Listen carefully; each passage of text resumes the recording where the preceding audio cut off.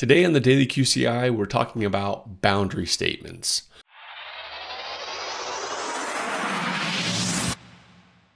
You'd almost say these are the other bookend from core values.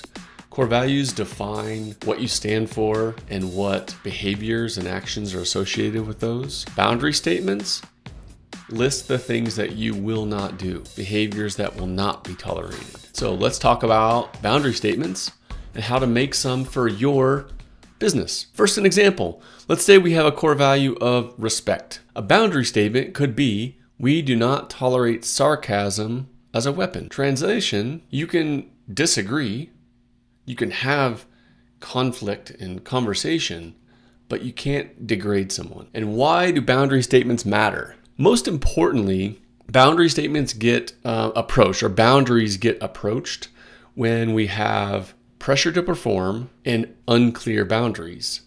And that will provide the necessary fuel for a team member to start skirting outside the lines to try to fulfill those asks, to relieve the pressure, so to speak. Most teams can pretty easily say what they value, but very few are clear on what they refuse to accept. Boundary statements just provide a guardrail. So it's the limit to which you will go on any given activity or behavior. They can also prevent misalignment and fuzzy expectations. They can help with hard decisions. They empower people to speak up without being jerks. So there's an activity, link in the description. We're going to go through how to compile your own boundary statement. You're going to start with your core values.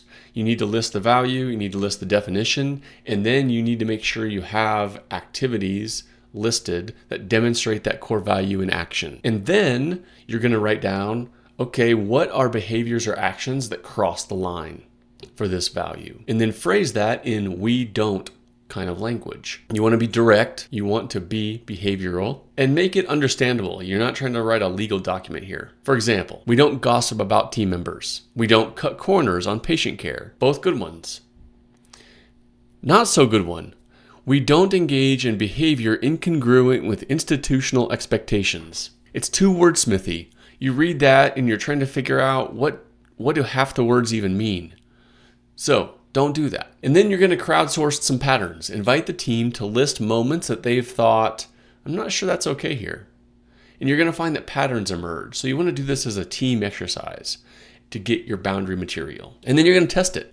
Show it to somebody new. Show it to somebody that doesn't know your people, and ask if they can read that and understand what it means. You're going to do this for every value. Every value needs to be paired with a non-negotiable statement and or behavior. If you've done this a few times, the core values that is, and you have a list of behaviors, then you could actually look at each of those and have a statement for every behavior under the value.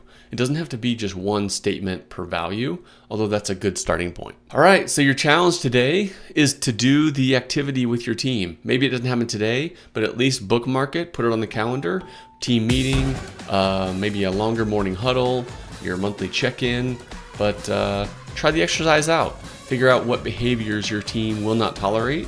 Maybe even find out what behaviors have been tolerated that shouldn't. Good luck. I'll see you tomorrow.